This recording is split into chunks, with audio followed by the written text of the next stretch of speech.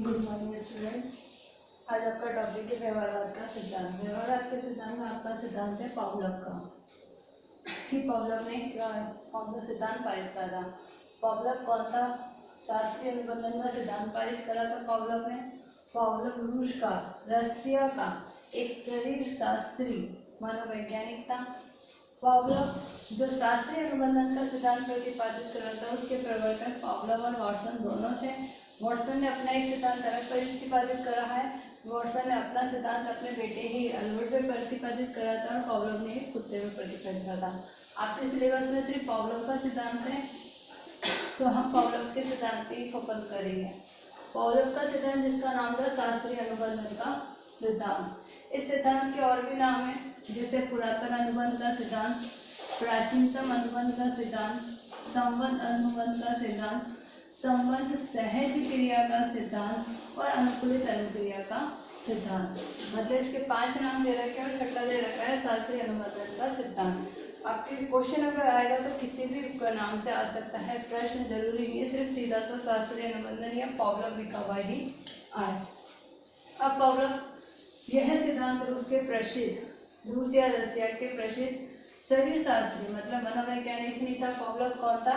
शरीर Shastri Ivan Petrovich Pavlov, इसका पूरा नाम था इवान पेट्रोविच पावलोव द्वारा दिया गया है। इन्हें अनुबंधन का जनक भी कहा जाता है। अगर हम अनुबंधन या व्यवहारवाद का जनक माने तो अनुबंधन का जनक भी किसे माना जाता है? पावलोव को माना जाता है। इस सिद्धांत हेतु पावलोव को नोबेल पुरस्कार मिला था।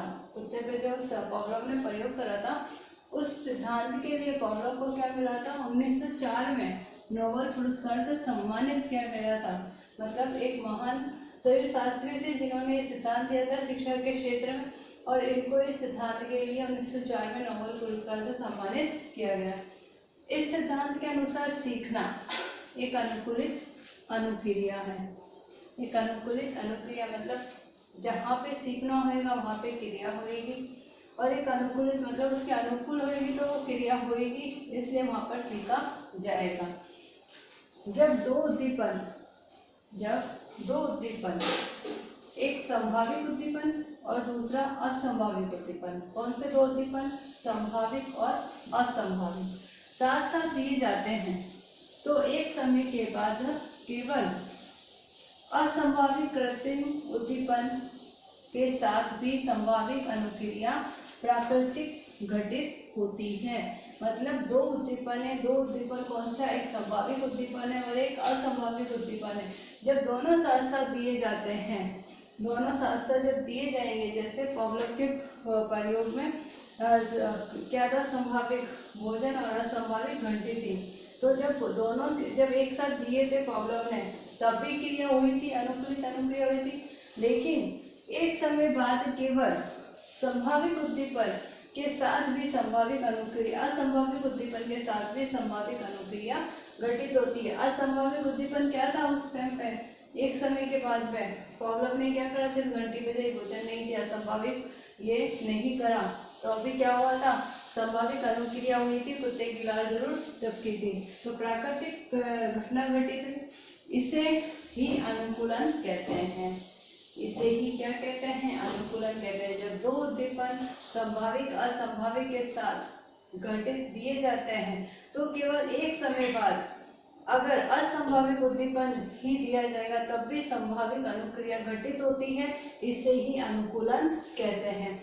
पावलोव ने किसके ऊपर प्रयोग करा था? कुत्ते की पैरोटिड ग्रंथि के ऊपर। पैरोटिड ग्रंथि का ऑपरेशन करा, उसमें कांच की नली उसने क्या करी थी? लगा दी थी। और क्या देखने के लिए? उसका उद्देश्य क्या था? सिर्फ कुत्ते के ऊपर ही प्रयोग करने का, उसकी पैरोटिड ग्रंथि का उद्देश्य था पाचन क्रिया को समझने के लिए। मतलब मनुष्य की या व्यक्ति की या जो क्रिया होती है पाचन क्रिया, उसको समझने के लिए पावलोव ने क्या करा था? कुत्ते की पैरोटिड ग्रंथि का ऑपरेशन करके कांच की नली लगा दी थी और फिर इस प्रयोग को करा था। प्रयोग क्या था? आप सभी जानते हैं प्रयोग, मैंने आपको क्लास में लिखवाया। वैसे प्रयोग था पावलोव ने एक भूखे कुत्ते को एक ऐसे खाली जगह पे बंद करा बांध के रखा और उसकी पैरोटिड ग्रंथि का ऑपरेशन करके उसमें कांच की नली लगा दी, जिससे पता पड़े कि लार टपक रही है या नहीं टपक रही है। फिर मतलब ऐसा खाली है, ऐसा सुनसान कमरा था जहाँ पर एक अगर पिन भी गिरती है, एक अगर हम ऑल पिन कहते हैं वो भी गिरती है तो उसकी आवाज़ भी सुनाई दे सकती थी। तो ऐसी जगह पे क्योंकि पावलोव को क्या सिखाना था कि जो कुत्ता है सिर्फ घंटी की आवाज़ को सुन सके, इसलिए उसको कोई अन्य जो दूसरी आवाज़ें हैं या जो अन्य दूसरी ध्वनि है वो सुनाई नहीं दे, जिससे वो उसकी ओर आकर्षित ना हो। इसलिए कुत्ते को ऐसी जगह बंद रखा। फर्स्ट टाइम में पावलोव ने क्या करा, घंटी बजाई और घंटी बजते के साथ ही कुत्ते को भोजन दिया। सेकंड टाइम में घंटी बजाई और भोजन दिया। थर्ड टाइम में सिर्फ घंटी बजाई और भोजन नहीं दिया। लेकिन फिर भी क्या हुआ, घंटी बजते ही कुत्ते की लार टपकने लग गई थी।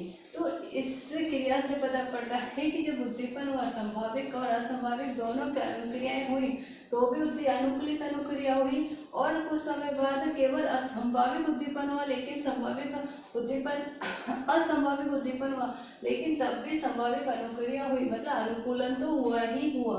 तो पाचन क्रिया को समझने के लिए कि किस तरीके से हम पाचन क्रिया होनी चाहिए होती है, उसको समझने के लिए पावलोव ने इस तरीके से प्रयोग करा था। इस के सिद्धांत के सोपान है। पहला सोपान, कुत्ते को जब भोजन दिया जाता है तो वह लार टपकाने लगता है। जब फर्स्ट टाइम में उसको भोजन मिला था तो वह लार टपकाने लगता है। यहाँ भोजन अनानुबंधित उद्दीपक है।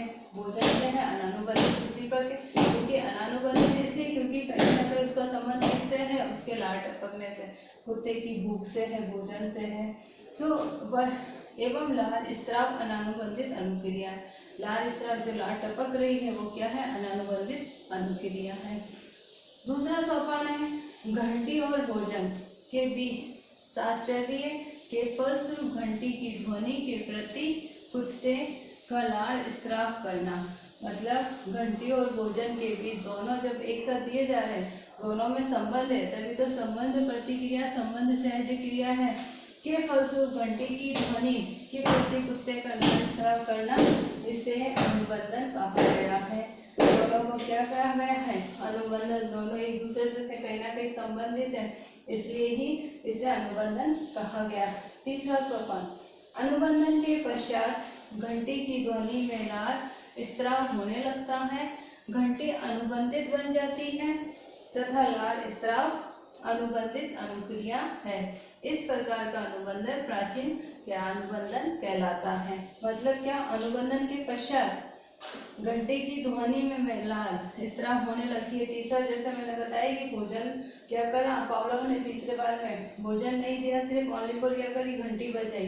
तो घंटी बजने के बाद भी, घंटी की ध्वनि सुनने के बाद भी जो कुत्ते की लार थी वो स्त्राव होने लगी, टपकने लगी। लेकिन घंटी अनुबंधित बन जाती है, क्योंकि अनुबंधित क्या था, क्योंकि वो उससे संबंधित था कि जब घंटी बजेगी तो ही मुझे भोजन मिलेगा, इसलिए वो अनुबंधित था। तथा लार स्त्राव अनुबंधित अनुक्रिया है। लार स्त्राव हो रही है तो अनुक्रिया हो रही है। इस प्रकार अनुबंधन प्राचीन कहलाता है, तो इसलिए इसे प्राचीनतम अनुबंधन या पुरातन अनुबंधन भी कहा गया है। इस सिद्धांत के जैसे जैसे नाम है वो सारे कहीं ना कहीं इस सिद्धांत से संबंधित है, थ्योरी से संबंधित है। इसके आगे पावलोव के इस सिद्धांत के अंतर्गत जो नियम आते हैं, नियम और शिक्षा के महत्व आपको अगली क्लास में कराए जाएंगे। आज आपका गृह कार्य का प्रश्न है, व्यवहारवाद क्या है। व्यवहारवाद क्या है, शास्त्रीय अनुबंधन सिद्धांत के प्रयोग का वर्णन कीजिए। कि शास्त्रीय अनुबंधन का सिद्धांत का प्रयोग जो दिया था पावलोव ने, उस प्रयोग का आपको वर्णन करना है, आपका गृह कार्य है। इससे रिलेटेड आपके नियम और आपके शिक्षा के महत्व आपको नेक्स्ट क्लास में समझाए जाएंगे। भारत सरकार द्वारा नियमों का पालन करते हुए सोशल डिस्टेंसिंग बनाए रखें और इस बीमारी से दूर रहें।